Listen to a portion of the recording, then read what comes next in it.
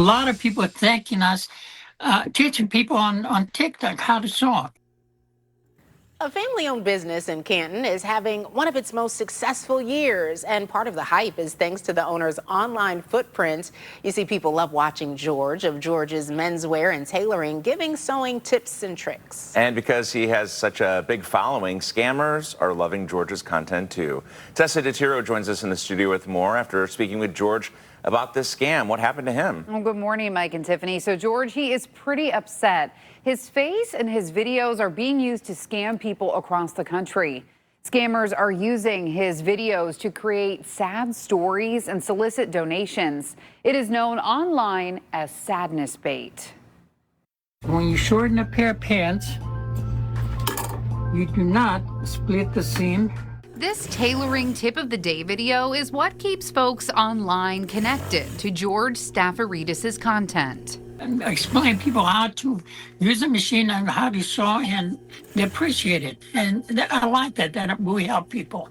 On his TikTok account, George the Tailor, 44,000 people follow along as he shares his craft. We're selling suits like I never even dreamed that I sell that many suits in a year. George's daughter Daisy works with him at the shop and runs the TikTok account. We shorten a ton of sleeves. Recently, she noticed an account like this one, using George's videos to sell slippers. Even more troubling, accounts like this one. Lying, saying that my mom has cancer and he's trying to pay for her cancer treatment. No, my mom's out front working right now. She's very healthy, thank God.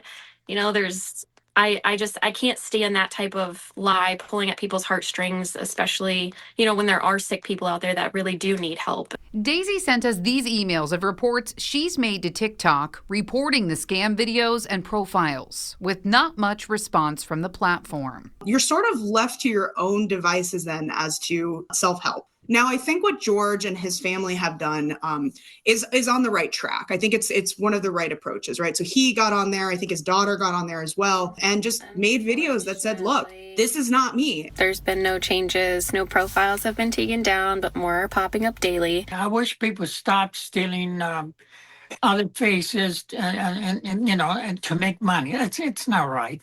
You know, that's thieving.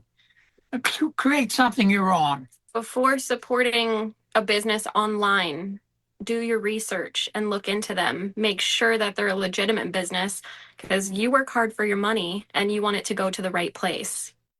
George says he actually considered stopping making TikTok videos, but folks love the content so much, the tailoring and the sewing tips, he is going to keep them going. But he wants to make sure that you don't take the bait. He is not selling anything online or raising money for any organizations or causes.